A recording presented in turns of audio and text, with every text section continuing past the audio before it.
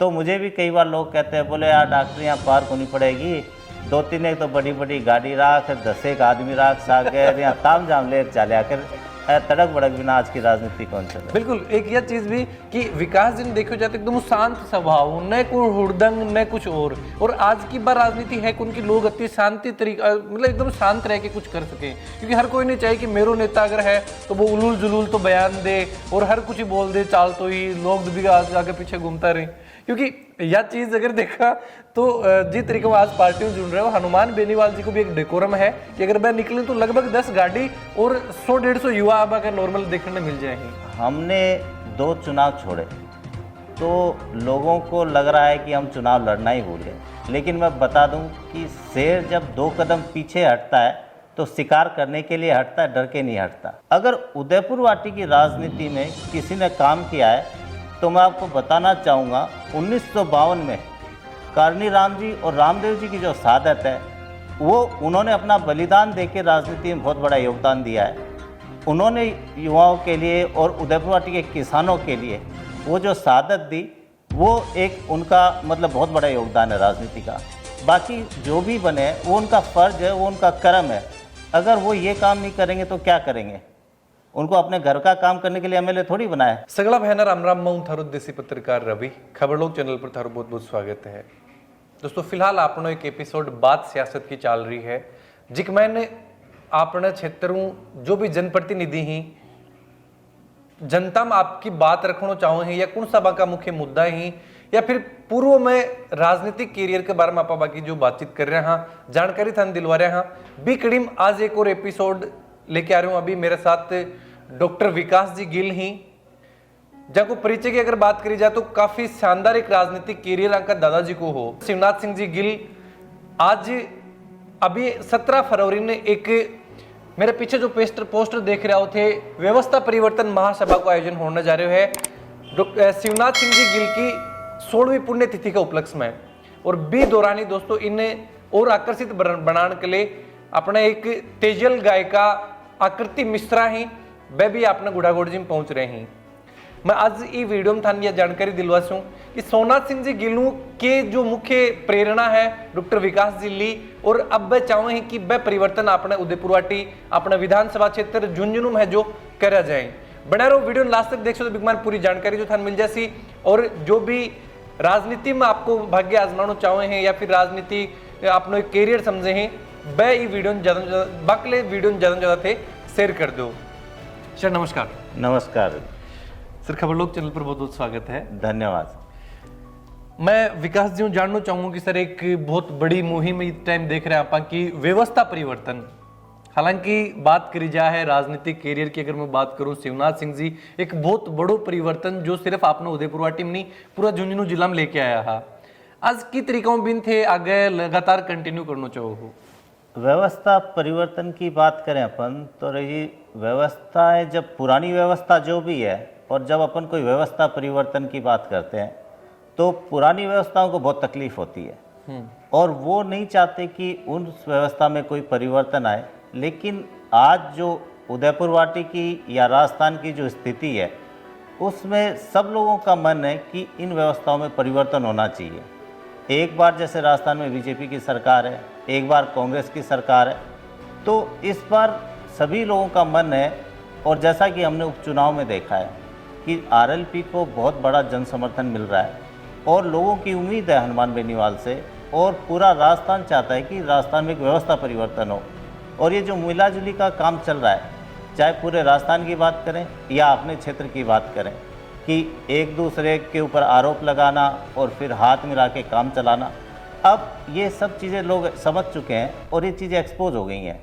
तो जनता चाहती है कि इससे हट के कोई नई उम्मीद आए, किसानों की बात करने वाला आदमी आए, युवाओं की बात करने वाला आदमी आए, मजबूत लोकायुक्त की बात करने वाला आदमी आए। तो इन सभी चीज़ों को लेके हम एक व्यवस्था परिवर्तन पूरे राजस्थान में एक मुहिम चला रहे हनुमान जी, और हम भी उस मुहिम को उदयपुर वाटी में लेके आए हैं।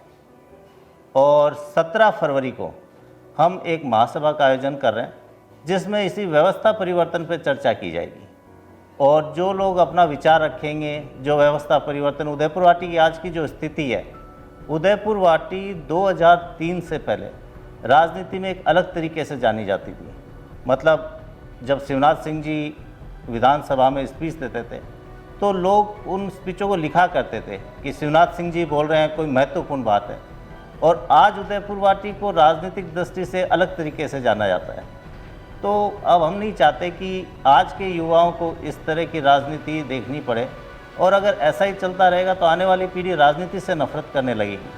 तो हम चाहते हैं एक अच्छी व्यवस्था हो उदयपुर वाटी में, भयमुक्त व्यवस्था हो, किसी प्रकार का कोई भय नहीं हो, हमारी बहन बेटियाँ आराम से घूम सकें। जो आज के दिन दहाड़े लड़ाई झगड़े हो रहे हैं, केस वगैरह हो रहे हैं, 2-4 मर्डर हुए हैं, इस तरह की चीज़ें ना हो, शांतिपूर्ण माहौल हो और अच्छी व्यवस्था हो, किसानों के लिए अच्छा काम हो यहाँ पे उदयपुर वाटी में। अब अपन अपने ज़िले की बात करें। अब सुनने में आता है कोई भी भाषण दे रहा है कि जो भी किया हमने हमारे दौरान किया, हमारे 5 साल में किया, पुराने विधायकों ने कोई काम नहीं किया, इसलिए आज हमारे पास स्कोप है काम करने का। बीजेपी वाले कह रहे हैं कि जो काम हुआ बीजेपी राज में ही हुआ। तो जो भी विधायक बना है उसका फ़र्ज है कि वो जो बजट आता है उसको अपनी विधानसभा के विकास में लगाए, चाहे वो वहाँ पे CHC, PHC, स्कूल, जो भी विकास के काम है वो कराए। और अगर वो ये कह रहा है कि उसने एहसान किया है तो वो गलत कह रहा है। अगर एक अध्यापक कहे कि मैंने इस बच्चे को पढ़ाया तो डॉक्टर बन गया, तो गलत कह रहा है, वो उसका कर्म है। अगर उदयपुर वाटी की राजनीति में किसी ने काम किया है तो मैं आपको बताना चाहूँगा 1952 में करनी राम जी और रामदेव जी की जो शहादत है, वो उन्होंने अपना बलिदान देके राजनीति में बहुत बड़ा योगदान दिया है। उन्होंने युवाओं के लिए और उदयपुर वाटी के किसानों के लिए वो जो शहादत दी, वो एक उनका मतलब बहुत बड़ा योगदान है राजनीति का। बाकी जो भी बने वो उनका फ़र्ज है, वो उनका कर्म है। अगर वो ये काम नहीं करेंगे तो क्या करेंगे? उनको अपने घर का काम करने के लिए MLA थोड़ी बनाया है। बिल्कुल बिल्कुल। अभी बात करी जाए, क्योंकि एक राजनीतिक परिदृश्य की बात करी जाए कि काफी लंबो एक राजनीतिक कैरियर जो थारा दादाजी को हो, और वो दौरान थाने भी देखने न मिलो होगो, भी दौरान थे भी। मैं चाहूँ कि अगर आज आप बात कर रहे हैं, हाँ मैं विकास जी बात कर रहा हूँ और शिवनाथ जी के बारे में बात नहीं करूँ, तो यह चीज़ बिल्कुल भी जायज़ नहीं है। मैं जानना चाहूँ कि के सीखना मिलतो बांको वो दौर राजनीति को दौर के सीखना मिलो भी दौरू थाने, और कौन सी के प्रेरणा थान मिली? आज जब भी हम किसी भी गांव में जाते हैं, चाहे उदयपुर वाटी के किसी भी छोर की कोई भी छोटी डाणी हो, कोई गांव हो, कोई स्टैंड हो, कोई चौपाल हो, आज शिवनाथ सिंह जी के जाने के बाद भी जब भी कोई उदयपुर वाटी की राजनीति चर्चा होती है तो उनके नाम के बिना पूरी नहीं हो सकती। और जहाँ भी बैठते हैं बुजुर्ग और इवन हमारी उम्र के युवा भी, वो कहते हैं कि शिवनाथ सिंह जी जैसा राजनीतिज्ञ उदयपुर वाटी को दोबारा मिल ही नहीं सकता। हर आदमी मतलब जो भी नया नेता आता है तो उसमें एक झलक देखता है कि कोई शिवनाथ सिंह जी जैसा नेता है, लेकिन 2003 के बाद में जितने भी नेता हैं आज तक मतलब सभी को निराशा ही मिली है। मतलब जो उनसे उम्मीद करते हैं कि जो उदयपुर वाटी के हित का काम करेंगे, उस तरह का कोई भी सिस्टम देखने को नहीं मिल रहा।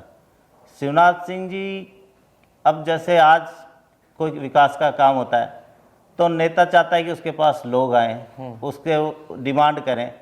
और हम जैसे सुनते हैं कि अगर उनके पास 5 आदमी चले जाते थे तो कहते थे कि मन न बुला लेता तारो 5 आदमी भाड़ो कौन लागे के। तो वो उस तरह के विचारधारा के आदमी थे। आज टोटल राजनीति चेंज हो गई है। आज हर आदमी मतलब जब शिवनाथ सिंह जी राजनीति करते थे और वो अब जैसे चुनाव नज़दीक आ रहे हैं, मैं भी व्यवस्था परिवर्तन आंदोलन को लेके गांव में घूम रहा हूँ, तो लोग बताते हैं कि शिवनाथ सिंह जी एक बार अगर गांव से निकल गए और 2 आदमियों को कह दिया है कि भाई अब चुनाव आ रहे थे, तारा साबू देख लियो, तो उसका मतलब उनका चुनाव प्रचार पूरा हो गया। आज के जैसा नहीं था कि हर एक के घर जाना, अलग अलग तरह से वोटर को रिझाना, ये उनके सिस्टम में नहीं था।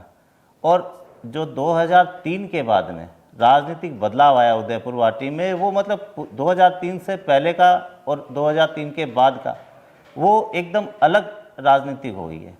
मतलब उस समय की राजनीति कोई लड़ाई झगड़ा नहीं, कोई पक्ष विपक्ष नहीं। अगर आपने वोट दिया है तो अच्छी बात है, नहीं दिया तो भी कोई दिक्कत नहीं है। मतलब विपक्ष को कोई डर नहीं था कि उनका कोई नुकसान होगा या कोई ट्रांसफ़र करा दिया जाएगा या उनके गांव में कोई विकास नहीं होगा। और विपक्ष भी उनसे मतलब उतना ही सम्मान करता था जितना उनके समर्थक उनका सम्मान करते थे। बिल्कुल। अभी विकास जी के चीज ने मानने ही कि जिस तरीका शिवनाथ सिंह जी की छवि ही वह जिस तरीका जनता के बीच में काम करता, आज भी बागडोर ने विकास जी संभाल रहे हैं। अब हम तो देखो, मेरी पहचान, मेरा अस्तित्व या आज जो कुछ भी मैं हूँ, मैं उन्हीं की देन हूँ। और मेरा मतलब जीवन का अब उद्देश्य यही है कि मैं उनके विचारों को आगे लेके चलूँ। वो जिस तरह की राजनीति करते थे, अब हम राजनीति में कितने सफल हो पाते हैं या नहीं हो पाते वो तो जनता के ऊपर है। लेकिन मेरे जीवन का उद्देश्य है कि मैं उनकी विचारधारा को और उन्हीं के आदर्शों पे आगे बढ़ूं और उसी तरह की राजनीति का प्रयास करूं। जिस तरीके आज राहुल गांधी पूरा देश भर में घूमे ही वो प्रभाव कि भाई मेरी दादियों सीखने न मिलतो, बाप का पिताजियों सीखने न मिलो, तो के विकास दिन भी कोई या को किस्सो कदे राजनीति के बारे में कदे कठे भी जा रहे हैं कोई भी दौर में या फिर कठे घरा बैठे हैं तो कदे सिखाया गया, कोई बताया गया कि इस तरीके राजनीति हो रही है, या फिर घर को जो माहौल वो मैं किस तरीकों के माहौल रहता हूँ मैं जानना चाहूँगा के बारे में भी। जब शिवनाथ सिंह जी एमएलए थे तब मैं उस समय छोटा था, मैं स्कूल में पढ़ रहा था और फिर उसके बाद मैं मेडिकल की पढ़ाई करने बेंगलोर चला गया। तो उस समय मेरी उम्र तकरीबन 18-20 साल तक की थी। तो राजनीतिक दौर में उनके साथ गांव में घूमने का या मीटिंगों में जाने का इस तरह का तो हमें सौभाग्य नहीं मिल पाया क्योंकि पढ़ाई कर रहे थे और यहाँ नहीं थे हम। लेकिन जब मैं वहाँ मेडिकल कॉलेज में पढ़ा रहा था, मैं मेडिकल कॉलेज में प्रोफेसर था, तब जब भी मैं इस तरफ आता तो लोग यही चर्चा करते, बोले यार डॉक्टर मतलब ते ही नहीं करोगा तो काम कौन करेगा। आज शिवनाथ सिंह जी होता तो यह होती, आज शिवनाथ सिंह जी होता तो इस तरह की बात को नहीं होती। तो मेरा मन मतलब ये किया कि मतलब मैं एक मेडिकल कॉलेज की प्रोफेसरशिप छोड़ के और उदयपुर वाटी सिर्फ इसलिए आया कि लोगों को शिवनाथ सिंह जी में मतलब राजनीति की बात करते तो उन्हीं की बात करते थे। तो मुझे लगा कि शिवनाथ सिंह जी के विचारों को आगे बढ़ाना चाहिए और लोगों को मतलब बहुत ज़्यादा उम्मीद थी उनसे और कि उनको एक आदर्श मानते थे। मतलब अगर वो किसी गांव में जैसे सरपंचों का चुनाव होता तो गट्टे पे बैठ के ही वो मतलब तय कर देते थे कि ये सरपंच है, तो पूरा गांव उसको सरपंच मान लेता था जी। आज की तरह नहीं था, पूरे मतलब लोगों के आदर्श थे वो। तो फिर मैंने विचार किया कि अपन को उनके विचारों को आगे बढ़ाना चाहिए और उसी आदर्श पे अपन को काम करना चाहिए। राजनीति में सर्टेनिटी नहीं है कि ये ताज जिसके एक बार सिर पे रखा गया उसी के सिर पे है। और शिवनाथ सिंह जी जब मतलब हमने तो पैदा भी नहीं हुए थे, 71 में जब बिरला जी को चुनाव हराया था तो हमने सुना कि लोग विदेशों से भी उनसे मिलने आए, बीबीसी में भी खबर आई। और जो मैंने उनको देखा, मतलब एक बार मैं छोटा था, छुट्टियों में आया हुआ था घर पे और उस समय मेरे पिताजी जिला प्रमुख थे और मेरे दादाजी एमएलए थे और खेतरी कोपर का कोई मामला था, वहाँ पानी का कुछ अपने इधर से पानी जाता है तो वो लोग मतलब वाटर कंजर्वेशन को लेके और घर पे आए। तो मैं बाहर खेल रहा था, उन्होंने पूछा कि एमएलए साहब कहाँ है, तो वो बाहर गार्डन में पेड़ को कटाई कर रहे थे और पानी डाल रहे थे और मेरे पिताजी ऑफिस में। तो मैंने कहा कि एमएलए साहब तो इधर ही हैं। तो वो उन्हें लगा कि एमएलए होके और कोई पेड़ों की कटाई और खुदाई पानी थोड़ी डाल रहा होगा। तो 2-3 बार वहाँ चले गए, बोले बेटा हमें एमएलए साहब से मिलना है। मैंने कहा जी एमएलए साहब ही हैं, आप मिल लो। वो विश्वास नहीं कर पा रहे थे कि मतलब ऐसा है। और हमारे घर में किसी प्रकार का कोई मतलब अपॉइंटमेंट सिस्टम नहीं था। जब मेरे पिताजी जिला प्रमुख थे, दादाजी एमएलए थे, तब मैं देखता था कि हमारे घर का जो बाहर का कमरा था उसमें दादाजी का ऑफिस या उनका रूम हुआ करता था, जिसमें हमारे घर में किसी प्रकार की कोई घंटी नहीं थी, कोई उनका पीए नहीं था। अगर वो रेस्ट कर रहे होते थे, एक सोफ़ा लगा था, कोई आदमी आते वहाँ बैठते, आँख खोलते ही वो उनसे बात कर लेते। और अगर किसी को ज़रूरी काम होता तो जगह भी लेते थे। और मतलब ऐसा नहीं था कि उनसे मिलने के लिए किसी को समय लेने की ज़रूरत थी या वो मिलते नहीं थे किसी से। हर आदमी की डायरेक्ट एंट्री उनके पास थी। आज वो बदलाव देख रहे हो राजनीति में कि अगर आज छोटा सा पद पर भी कोई नेता पहुंच जाए तो पीए रखना, असिस्टेंट रखना, बस सब चीज़, वो बदलाव आज देख रहे हो? हाँ, आज क्या है कि राजनीति में अलग किस्म का डेकोरम हो गया है। अब जब मैं गांव में कई बार अभी जा ही रहा हूँ और घूमता ही रहता हूँ गांव में, तो मुझे भी कई बार लोग कहते हैं, बोले यार डॉक्टर यहाँ पार्क होनी पड़ेगी, 2-3 एक तो बड़ी बड़ी गाड़ी राख 10 एक आदमी राख सागर या ताम झाम लेर चाले आकर तड़क भड़क बिना आज की राजनीति कौन चले। बिल्कुल, एक यह चीज भी कि विकास जी ने देखो जाते एकदम शांत स्वभाव, न कोई हुड़दंग न कुछ और आज की बार राजनीति है कि उनकी लोग अति शांति तरीका मतलब एकदम शांत रह के कुछ कर सके, क्योंकि हर कोई नहीं चाहिए कि मेरो नेता अगर है तो वो उलूल जुलूल तो बयान दे और हर कुछ ही बोल दे, चाल तो ही लोग भी आगे पीछे घूमता रहे। क्योंकि यह चीज अगर देखा तो जिस तरीके में आज पार्टियों जुड़ रहे हो, हनुमान बेनीवाल जी को भी एक डेकोरम है कि अगर वह निकले तो लगभग 10 गाड़ी और 100-150 युवा अब अगर नॉर्मल देखने मिल जाएंगे।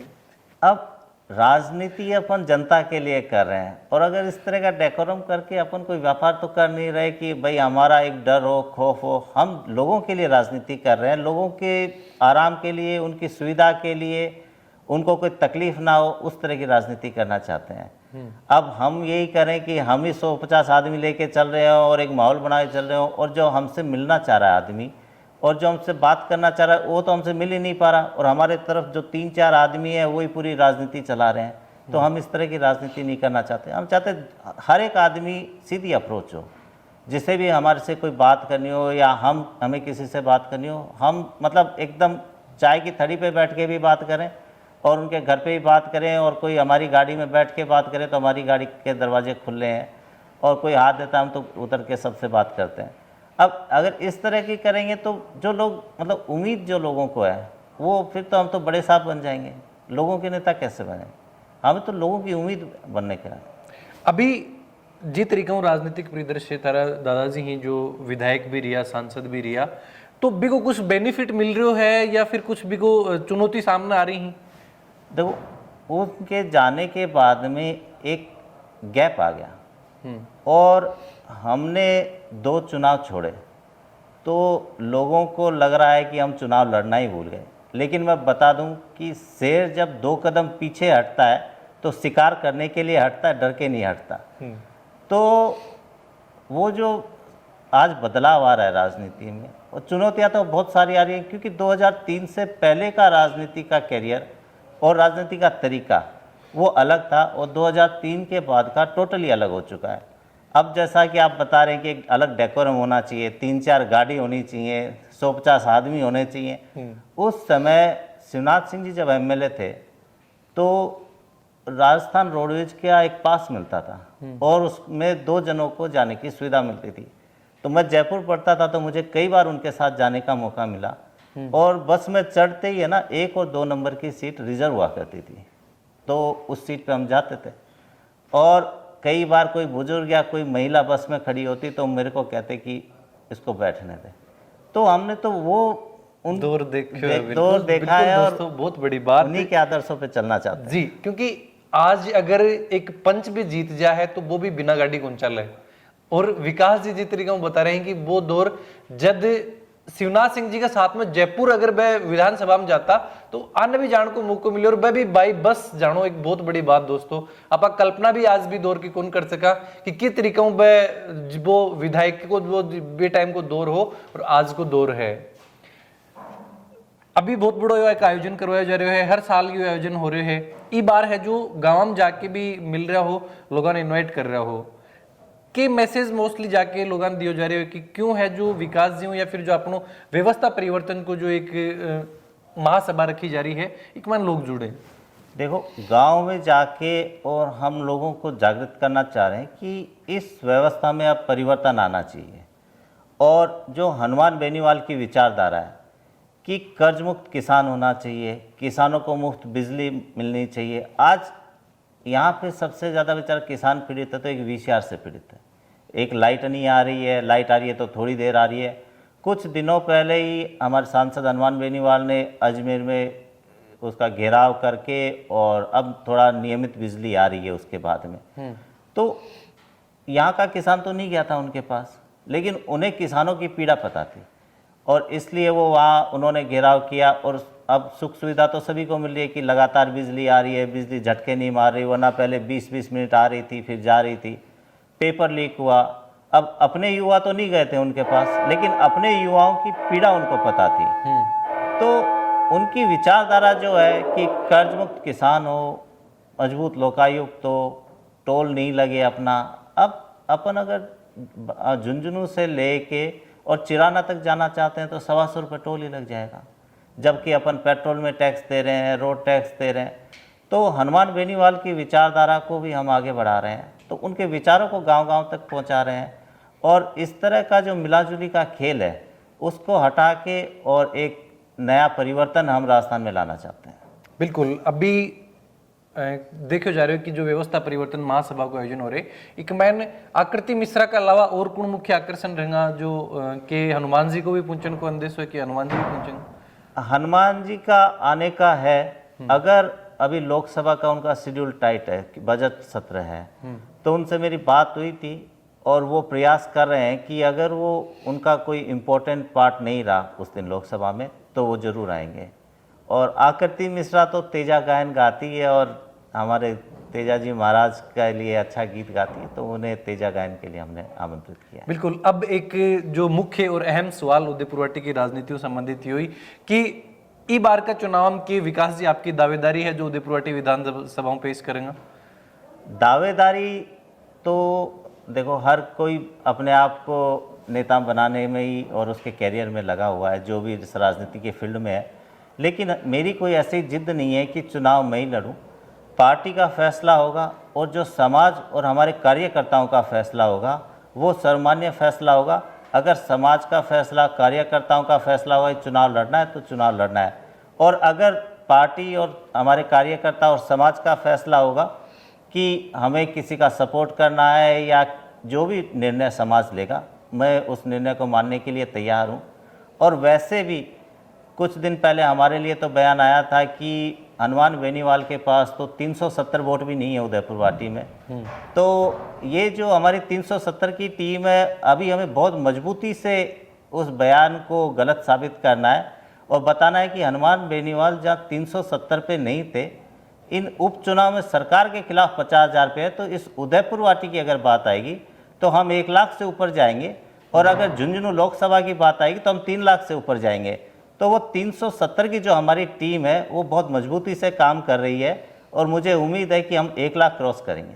बिल्कुल दोस्तों, बहुत बड़ी बात। और पार्टी को जो फैसलो रहेगो बिके ऊपर आप जरूर जो बातचीत करांगा। अभी सर अगर जो बात करें कि उदयपुरवाटी की मान लगातार गाँव जा रहे हो, लोगों में मिल रहा हो, मुख्य कौन सी समस्या निकल के आ रही है? हालांकि आज अभी तो बजट भी जो राजस्थान सरकार को बजट भी पेश करे गए है, कौन सी मुख्य समस्या जो थाने उदयपुरवाटी विधानसभा क्षेत्र में देखने मिल रही है?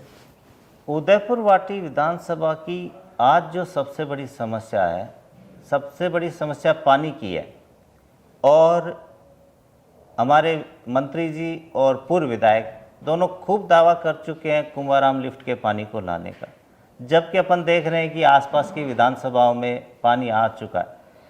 तो मैं कह रहा हूं कि अगर पानी आने में देरी है तो हमारे उदयपुरवाटी का चौरा कैंप से पानी कोपर जा रहा है और बहुत सालों से जा रहा है, और जबकि कोपर में लिफ्ट का पानी आ चुका है फिर भी हमारा पानी जा रहा है। तो आप ला नहीं सकते तो जो अपना जा रहा है कम से कम प्रयास करके उसको तो रोको, ताकि मैनपुरा, गढ़ला, जोधपुरा, वो जो आसपास के गांव हैं, चौरा, वहाँ जल स्तर एकदम ख़त्म हो चुका है, लोगों को पीने को पानी नहीं है और अपना पानी वहाँ से कोपर जा रहा है। और वहाँ पे ऑलरेडी माइनिंग भी नहीं हो रही है, अभी न रिफाइनरी चल रही है और फिर भी अपना पानी जा रहा है, और वहाँ ऑलरेडी नहर का पानी आ चुका है। तो नहर का पानी लाना, तो ये सोचते हैं कि जब चुनाव आता है अपन बात करेंगे पानी की और नहर के पानी से अपन वोट ले लेंगे। नहर का पानी तो मुझे लगता है कि हनुमान बेनीवाल की बोतल से ही आएगा और ये पानी हमारा जो जा रहा है कम से कम उसको रोकने का प्रयास करना चाहिए। और जिस तरह से यहाँ और देखते हैं रोडों पे ओवरलोड डंपर चलते हुए, तो लगता है कि कहीं ना कहीं अवैध खनन भी हो रहे होंगे। और जो अशांति है, मतलब उदयपुरवाटी का आदमी आज मतलब कॉलर ऊंची करके नहीं कह सकता कि हमारी विधानसभा में क्या है। अब ये कह तो ये रहे हैं कि 70 साल में जो भी काम मतलब कहीं नहीं हुआ वो हमारे राज में या हमारे कार्यकाल में उदयपुरवाटी में हुआ है। अगर बात करें उदयपुरवाटी, मतलब अपन ऐसा कुछ नहीं कह सकते कोई लैंडमार्क जो उदयपुरवाटी में है। अब अगर जैसे एग्रीकल्चर कॉलेज है वो भी मंडावा चला गया, एग्रीकल्चर का जो इंस्टीट्यूट है वो आबूसर में है, और मतलब ऐसा कोई मतलब विशेष मतलब ये लेके नहीं आ पाए। अब मेडिकल कॉलेज की बात चल रही है वो भी उदयपुरवाटी में नहीं आ रहा। खेल यूनिवर्सिटी की कोई बात चल रही है, वो भी उदयपुर वाटी में नहीं आ रहा। तो मतलब ये अगर 2-4 सड़कें, कोई स्कूल अपग्रेड होना, ये सिस्टम तो ऐसी कोई विधानसभा नहीं है कि जिसमें ये नहीं हुआ होगा, इस तरह के काम नहीं हुए होंगे। लेकिन उन विधानसभाओं में इतने बड़े इंस्टीट्यूट्स और युवाओं के रोजगार का, किसानों के लिए, तो उस तरह का कोई भी काम उदयपुर वाटी में नहीं हुआ है। हम चाहते हैं कि उदयपुर वाटी में कोई इस तरह का एक लैंडमार्क आए, मेडिकल कॉलेज आए, स्पोर्ट्स यूनिवर्सिटी आए, एग्रीकल्चर कॉलेज आए, कृषि का अनुसंधान केंद्र आए, तो युवाओं और किसानों के लिए एक बहुत बड़ा फ़ायदा होगा। अब हम क्या बताएंगे उदयपुर वाटी में क्या है? उदयपुर वाटी में हम बोलेंगे कि हमारे पास CHC है, PHC है, तो हर कोई हंसेगा, बोले तो हर विधानसभा में है। तो हम चाहते हैं कि उदयपुर वाटी को कुछ अच्छा मिले। उदयपुर वाटी में मतलब कॉलेज भी अभी आई है, उसका भी अच्छे से फंक्शनिंग नहीं है। तो उदयपुर वाटी को मतलब अभी विकास की बहुत ज़रूरत है, और एक मतलब फ्यूचर के लिए, जो युवाओं के लिए और किसानों के लिए, उनके लिए कुछ ऐसा सिस्टम आए कि उनको एक मतलब वहाँ उदयपुर वाटी एक लैंडमार्क बने उस काम के लिए। बिल्कुल 17 तारीख को जो प्रोग्राम है बिकले की अपील की रिक्वेस्ट जो अपने उदयपुर वाटी की जनता है, झुंझुनू की जनता है, भी करना चाहोगे? हम तो 17 तारीख को एक व्यवस्था परिवर्तन महासभा का जो आयोजन कर रहे हैं, उसमें हम चाहते हैं कि ज़्यादा से ज़्यादा लोग आएँ और व्यवस्था परिवर्तन पर अपने विचार भी रखें और विचारों को सुने भी। क्योंकि अगर व्यवस्था परिवर्तन नहीं होगी तो यही चलता रहेगा, और फिर आदमी देखो अब जो स्ट्रगल कर रहा है व्यवस्था परिवर्तन करने के लिए, अब हनुमान बेनीवाल अकेला आदमी है। जब तक हम सब लोग हनुमान बेनीवाल नहीं बनेंगे और व्यवस्था परिवर्तन में सहयोग नहीं करेंगे और हनुमान बेनीवाल के हाथ मजबूत नहीं करेंगे, तब तक वो अपने उद्देश्य को अकेला आदमी कहाँ तक लेके जाएगा। तो मैं ज़्यादा से ज़्यादा लोगों को अपील करना चाहूँगा कि 17 तारीख को आएँ व्यवस्था परिवर्तन महासभा में, हनुमान बेनीवाल जी के हाथों को मजबूत करें, उनके विचारों को मजबूत करें, उनकी विचारधारा को सुने, और साथ ही शिवनाथ सिंह जी की पुण्यतिथि भी है, तो अपने नेता को आके श्रद्धांजलि भी अर्पित करें। बिल्कुल, बहुत बहुत धन्यवाद विकास जी बातचीत करने के लिए। धन्यवाद, आपने हमें मौका दिया आपके चैनल पे आने का, बहुत बहुत धन्यवाद। बिल्कुल, तो अभी अपने साथ डॉक्टर विकास जी गिल जो बातचीत करी, आप जानकारी ली कि किस तरीके की व्यवस्था परिवर्तन उदयपुर वाटी और झुंझुनू ये चाहे हैं। क्योंकि दोस्तों एक बहुत बड़ो परिवर्तन आका दादाजी शिवनाथ सिंह जी गिल जी टाइम करो हो, क्योंकि बिड़ला जी जो एक बहुत बड़ा पूंजीपति हा, बन उदयपुर वाटी की जनता, बन झुंझुनू की जनता अठाऊ अगर हरा दिया तो एक बहुत बड़ी या जी टाइम भी काफी बड़ी चर्चा को विषय आज वो बने हो। और आज दोबारा भी बागडोर ने आगे बढ़ाने के लिए विकास जी गिल जो ई टाइम उदयपुर वाटी में एक व्यवस्था परिवर्तन को आयोजन कर रहे हैं,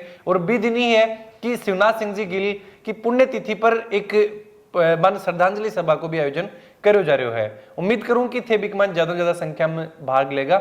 वीडियो के बारे में थारा जो भी विचार हैं जरूर थे कमेंट बॉक्स में लिख के बताओ, और भी है कि शानदार जानकारियों के लिए खबर लोग चैनल पर बना रहो। जय झुंझुनू, जय राजस्थान, जय हिंद।